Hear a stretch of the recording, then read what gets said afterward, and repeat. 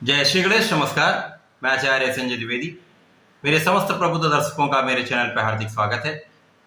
आज मैं मकर राशि का मई माह का मासिक राशि लेकर आपके सम्मुख उपस्थित हूँ। मई माह मकर राशि के जातकों के लिए किस प्रकार का होगा, किस प्रकार के लाभ मिलेंगे, प्रत्येक भाव के अनुसार कहाँ पर आप कितना लाभ लेने वाले हैं, कहाँ पर कार्यक्षेत्र में प्रबलता आएगी, भाग्य का कितना साथ मिलेगा, धन का कितना लाभ ले सकते हैं तथा कहां पर समस्या आ सकती है, उसका क्या निराकरण है, संपूर्ण विश्लेषण मैं पूर्ण तरीके के साथ करने जा रहा हूं। प्रिय दर्शकों, ये राशिफल आपके चंद्र राशि पर आधारित है। जिन जातकों का मकर लग्न है उनको भी राशिफल अवश्य देखना चाहिए। मकर राशि शनिदेव की राशि है, जहां पर शनिदेव की स्थिति अत्यंत प्रबल है। मई माह के प्रारंभ में जो ग्रहों की स्थितियां वो इस प्रकार होंगी। द्वितीय भाव में शनिदेव होंगे। आपके चतुर्थ भाव में जो चतुर्ग्रही योग बन रहा है वो अत्यंत प्रबल है।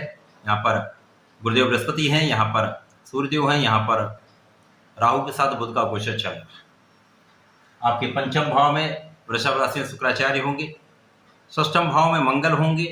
आपके अष्टम भाव में चंद्रमा का गोचर प्रारंभिक समय में होगा तथा आपके दसम भाव में केतु का गोचर चल रहा है। इसके पश्चात इस माह का प्रथम परिवर्तन 2 मई को होगा। 2 मई को शुक्राचार्य आपके षष्ठम भाव में प्रवेश कर जाएंगे। 10 मई को मंगल का राशि परिवर्तन आपके सप्तम भाव में हो जाएगा। 15 मई को सूर्यदेव का परिवर्तन आपके पंचम भाव में हो जाएगा तथा यहाँ पर इस माह का अंतिम परिवर्तन शुक्राचार्य का है। शुक्राचार्य आपके षष्ठम भाव से निकलकर आपके सप्तम भाव में प्रवेश कर जाएंगे। प्रारंभिक समय से ही लग्न की स्थिति अत्यंत प्रबल है। जो लग्न के स्वामी शनिदेव हैं वो अपनी मूल त्रिकोण राशि कुंभ राशि में द्वितीय भाव में स्थित होकर अत्यंत प्रबल स्थिति में यहाँ पर शश नामक राजयोग में, तो निश्चित रूप से आपके धन का भाव अत्यंत प्रबल होगा। आपके परिवार का भाव प्रबल होगा। परिवार के सदस्यों में वृद्धि का योग दिखता है। पारिवारिक संपत्ति का भी यहाँ पर आपको लाभ मिलेगा। यहाँ पर आपको केवल वाणी बहुत संयमित रखनी होगी। शनिदेव जब आपके द्वितीय भाव में होंगे तो इनकी प्रथम दृष्टि का प्रभाव आपके चतुर्थ पर होगा, द्वितीय दृष्टि का प्रभाव अष्टम पर होगा, तृतीय दृष्टि का प्रभाव आपके एकादश भाव पर। निश्चित रूप से बहुत प्रबल स्थिति बन रही है। यहाँ पर चतुर्थ भाव आपका प्रबल होगा, जहाँ पर चतुर्ग्रही योग है। यहाँ पर गुरुदेव हैं, यहाँ पर सूर्यदेव हैं, यहाँ पर बुध तथा राहु का गोचर है। चतुर्थ भाव जो सुख का भाव है, सुख संपदा का भाव है, भूमि भवन वाहन तथा माँ का भाव है। यहाँ पर जनता का भाव है, लोगों का भाव है। तो निश्चित रूप से ये निश्चित रूप से बहुत प्रबल स्थिति। शनिदेव का प्रभाव चतुर्थ को प्रबल करेगा, जिसके कारण यहाँ पर आपके सुख संपदा का भाव प्रबल होगा, सुख संपत्ति का अर्जन का भाव प्रबल होगा, सुख संपत्ति का योग बनेगा, भूमि भवन वाहन का योग बनेगा। इसी प्रकार से यहाँ पर आपके विशिष्ट ज्ञान में वृद्धि हो जाएगी, आपके अध्यात्म में वृद्धि हो जाएगी। यहाँ पर आपके आयु की रक्षा शनिदेव कर रहे हैं। शनिदेव का प्रभाव आपके लाभ को बढ़ाने वाला है। शनिदेव का प्रभाव आपके कार्यक्षेत्र से लाभ कराएगा। आपके जहां पर आप कार्य करते हैं, जिस भी कार्य क्षेत्र में है, वहां पर बहुत प्रबलता मिलेगी, जिसके कारण आपको विशेष रूप से सफलता भी मिलेगी, लाभ भी मिलेगा। आपके ज्ञान, आपके संतान तथा आपके शिक्षा के भाव से आपको बहुत अच्छा यहाँ लाभ मिल सकता है।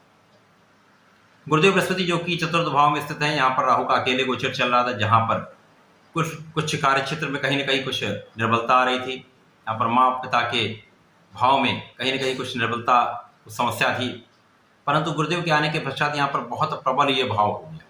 जिसके कारण माँ के स्वास्थ्य में जो निर्बलता थी वो वहाँ सुधार होगा, माता पिता के संबंधों में सुधार होगा, क्लेश की स्थिति कम होगी तथा सुखों का यहाँ भाव प्रबल हो जाएगा, सुख संपदा का भाव प्रबल होगा, भूमि भवन वाहन का योग बनेगा। निश्चित रूप से इस समय में आपके कार्यक्षेत्र की प्रबलता आपको प्राप्त होगी, कार्यक्षेत्र सफलता आपको मिलेगी, आप बहुत प्रगति करने वाले।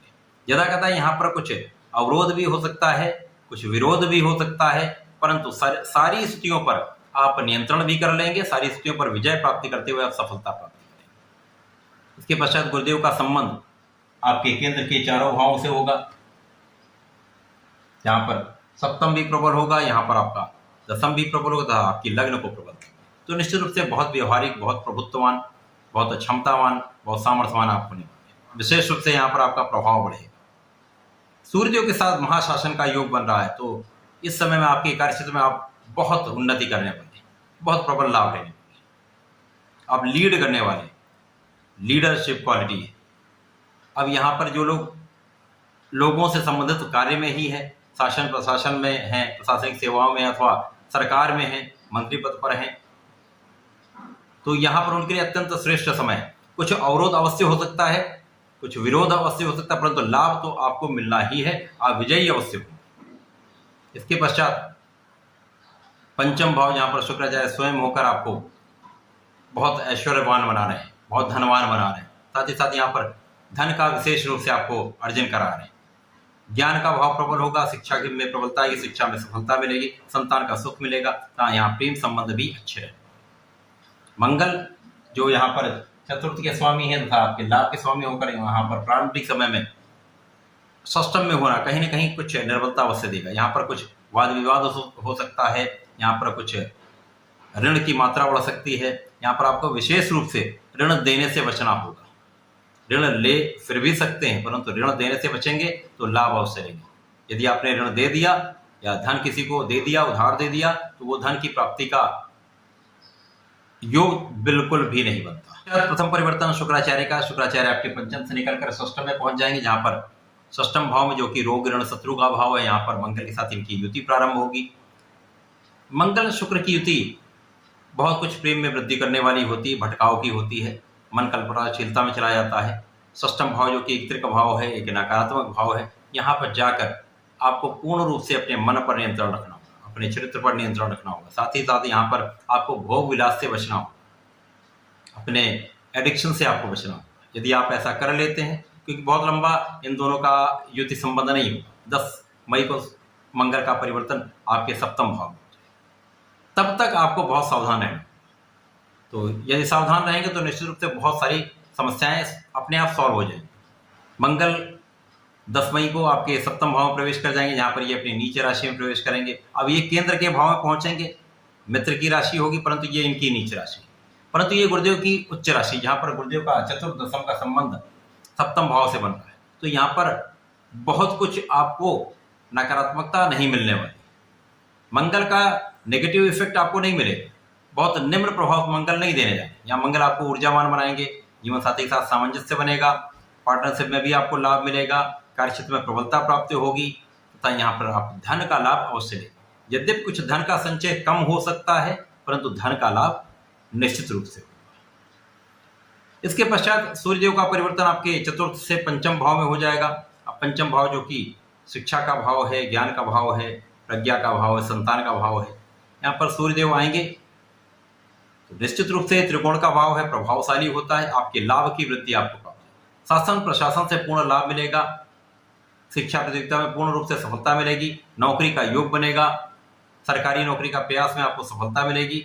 तो बहुत अच्छा ये समय रहने वाला है। इस माह के अंत में शुक्राचार्य का परिवर्तन आपके षष्टम भाव से सप्तम भाव में हो जाएगा, जहां पर ये भी अपने मित्र चंद्रमा की राशि में पहुंच जाएंगे, बलवान अवस्था में होंगे, केंद्र में होंगे, तो इनका प्रभाव बहुत बढ़ जाएगा। अब मंगल के साथ पुनः युति संबंध प्रारंभ हो जाएगा। अब चंद्रमा की राशि में मंगल शुक्र का संबंध पूर्ण रूप से मन को भटकाने वाला है, कल्पनाशीलता में जाने का है, प्रेम संबंध में वृद्धि होने का है। यहाँ पर इसका सीधा प्रभाव आपके लग्न पर है, तो यहाँ पर आपको अपने चरित्र पर पूर्ण रूप से नियंत्रण रखना होगा, मन पर बहुत नियंत्रण रखना होगा, अपने आत्मबल को बढ़ाना होगा, बहुत विचार करके प्रेम संबंधों में आगे बढ़ना चाहिए। कहीं पर भी विवाद से बचना चाहिए, भटकाव से बचेंगे, सोच विचार कर कार्य करेंगे तो बहुत कुछ आप लाभ लेने वाले हैं। क्योंकि यहाँ पर शुक्राचार्य आपके पंचम के स्वामी, ज्ञान का स्वामी, जब लग्न को देखे तो आपका ज्ञान बढ़ेगा, बुद्धि का भाव प्रखर होगा, आप आकर्षक हो जाएंगे, परंतु यहाँ पर आपके प्रति लोगों का आकर्षण होगा, आपका लोगों के प्रति भी आकर्षण बढ़ेगा। तो बहुत सावधानी की आवश्यकता है।